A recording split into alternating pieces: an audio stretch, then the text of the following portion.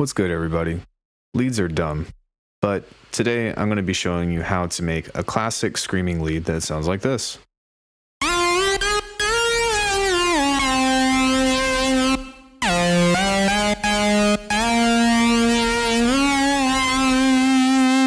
Now, I'm sure that you've heard this sound in a lot of different senses, especially in like hardware type things, but the process to this is actually relatively simple, and let's go ahead and figure out how to do that. So the premise behind this is just getting a good mix between a saw wave and a square wave, and that's kind of what we've done here. I have a sawtooth that has 4 voices with a large detune of like 62 here. That's kind of nice and wide, and that's set to a lower octave at 17%. Then I just have a regular square that's got just a touch of detuning here with 0 spread, and together, even without all the other processing here, they will sound incredibly similar to what we're looking for in the final product. And by mixing these two in between, you automatically get that nice kind of tearing, almost flanging sound. The unison mode does matter, but not to a large degree. If you set something to it like smooth, then it's a little bit, well, smoother, right? But I recommend on synthetic if you want to do that. So the next thing is I've added just a little bit of noise on top just to give it a little bit of fuzz. And then there's a filter that you can do in case if you want to do some other things with this, but honestly, I didn't even have it on during the time. On the bottom here, you'll notice that there's an LFO, and that's tied to just a little bit of pitch bending right here. And what this does is allows us to have a little bit of vibrato.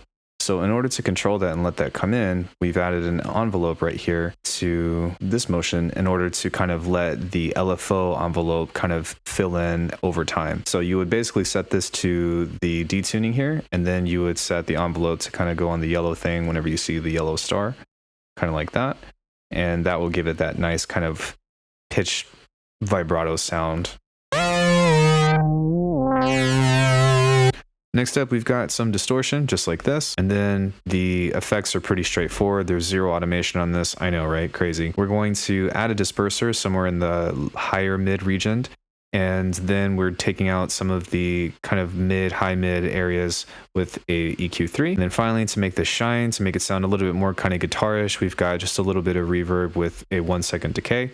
And then we've got that limiter pushing it up to the ceiling just like that. That's pretty much it, guys. It's pretty simple. And this is why I don't really do a lot of lead tutorials, just because for the most part, it's some kind of like combination between something like this, or it might be dry. If you really want some interesting leads, my opinion is to make a neuro bass and then play a higher octave and then make something out of that. But as far as these kinds of things with that kind of analog feel, quote unquote, that's all you need. If you want some nice variation, you can add another square in between, just like this, and it would sound like this.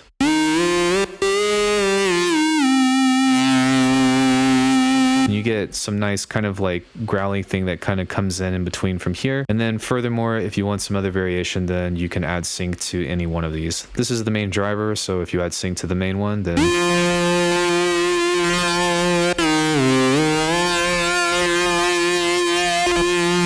but other than that, that's pretty much it. Thank you guys so much for watching. I'll see you in the next video.